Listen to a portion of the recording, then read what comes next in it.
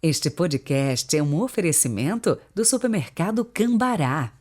43-3325-7755, Londrina, Paraná.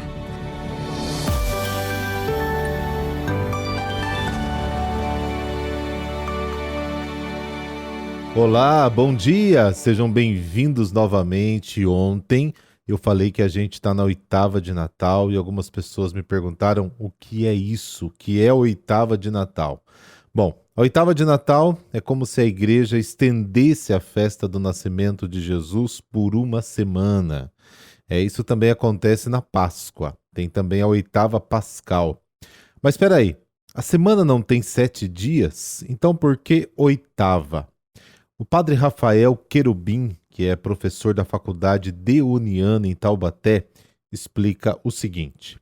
Segundo a tradição, a oitava remete para o dia chamado sem ocaso, o dia sem fim.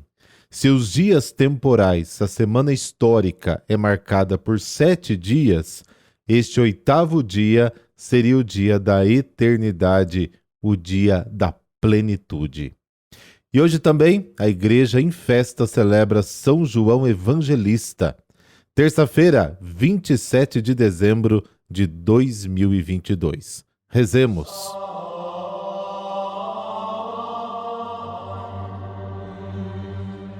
Pelo sinal da Santa Cruz, livrai-nos Deus, nosso Senhor, dos nossos inimigos. Ó Deus, que pelo apóstolo São João nos revelastes os mistérios de vosso Filho, tornai-nos capazes de conhecer e amar o que ele nos ensinou de modo incomparável. Amém.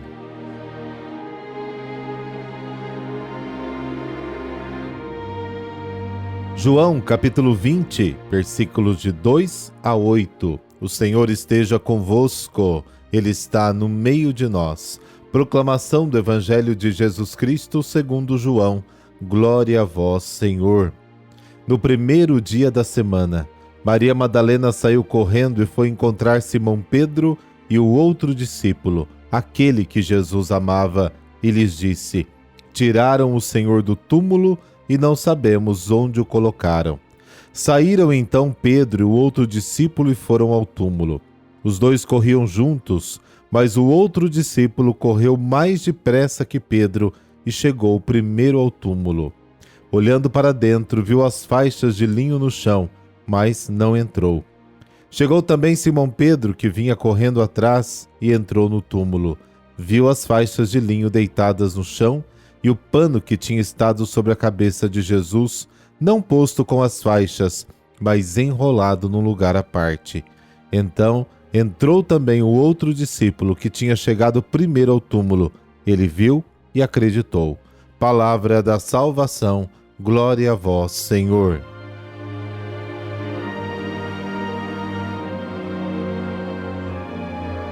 O Evangelho de hoje nos apresenta a passagem de João que fala do discípulo amado.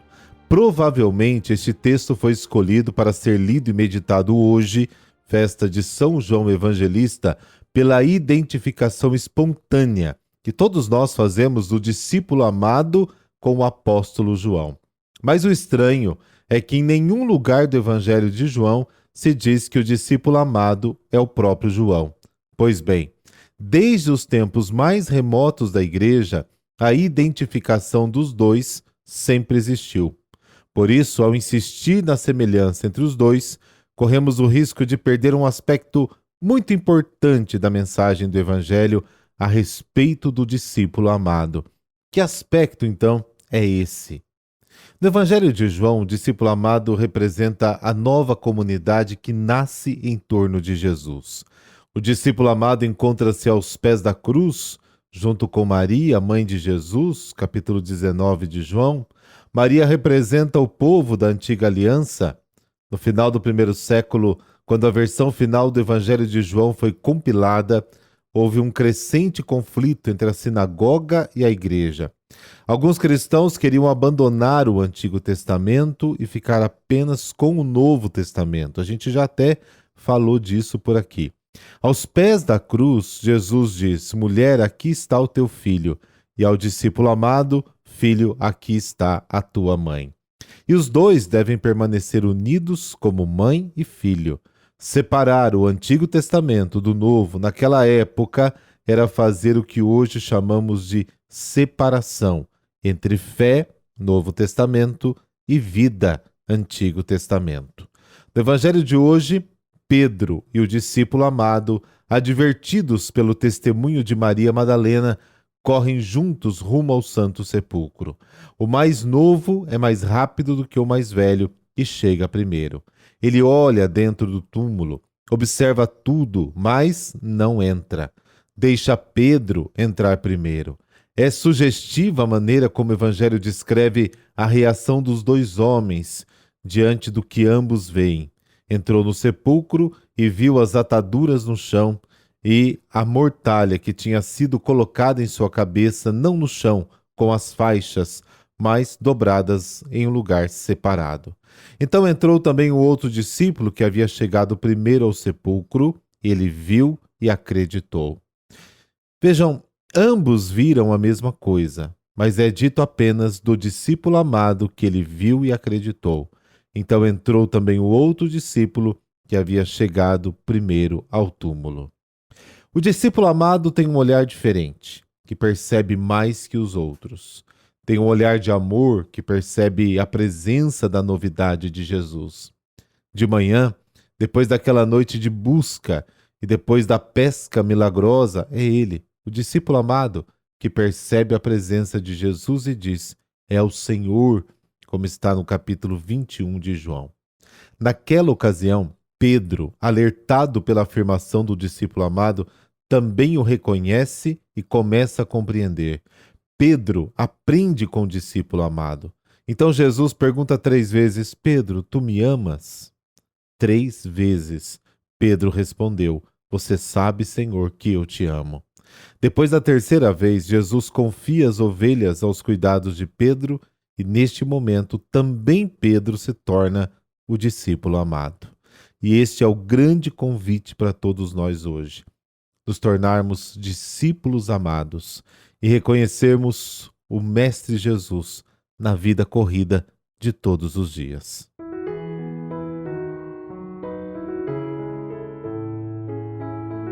São João Evangelista. João, filho de Zebedeu e Salomé, pescador da Galileia, foi com Santo André o primeiro discípulo a se encontrar com Jesus. Nas listas dos apóstolos sempre aparece com Tiago, seu irmão, imediatamente depois de Pedro e André. E juntamente a Pedro e Tiago é privilegiado por estar presente nos momentos mais solenes com Jesus. Por exemplo, na ressurreição da filha de Jairo, na transfiguração de Cristo no Monte Tabor e na sua agonia no Getsêmani. Além disso, João é o único apóstolo diante da cruz, aos pés do Cristo e ao lado de Maria, a quem por ordem de Jesus acolheu em sua casa depois da morte e ressurreição do Senhor. Era o mais jovem dos apóstolos e refere-se a si mesmo nos textos sagrados como o discípulo que Jesus amava, segundo se acreditou. Sem dúvida, Jesus mostrou por ele um carinho especial. Ao mesmo tempo, tinha temperamento ciumento, impulsivo, vingativo, como se mostra nas ocasiões onde pretendeu um lugar ao lado de Jesus na sua glória, Marcos capítulo 10, e quis matar alguns que não auxiliaram a Jesus, Lucas capítulo 9. Apesar disso, tornou-se o apóstolo do amor, o que fica evidenciado nos seus escritos e nos relatos da tradição a seu respeito. Após Pentecostes, os Atos dos Apóstolos registram a fundamental importância de João na consolidação da primeira comunidade cristã na Judéia. Depois da dispersão dos apóstolos por causa das perseguições, São João fundou comunidades e as firmou em diferentes localidades da Ásia Menor. Exilado pelo imperador Domiciano em Patmos, uma ilha árida e rochosa do mar Egeu, ali escreveu o Apocalipse, significando revelação de um grande acontecimento em grego. Último livro da Bíblia, onde registra o poder divino do Cordeiro sacrificado, Jesus e as tribulações dos fiéis, o castigo dos maus e o triunfo final da Igreja para confortar os cristãos na perseguição romana. Uma profunda análise do Apocalipse relacionando com o sacrifício eucarístico está no livro O Banquete do Cordeiro, do ator Scott Hahn, altamente recomendável. Recomendo inclusive para você. Mais tarde, em Éfeso, onde também acolheu Maria, seu zelo pastoral para com os primeiros núcleos cristãos o levou a escrever o quarto evangelho e 3 epístolas constantes no cânon bíblico, ou seja, nos livros inspirados pelo Espírito Santo e por isso dignos de confiança. Este evangelho, diferente dos outros 3, os chamados sinóticos de Mateus, Marcos e Lucas, traz uma abordagem mais analítica e meditativa das ações de Jesus registradas nos demais, completando-os e os interpretando.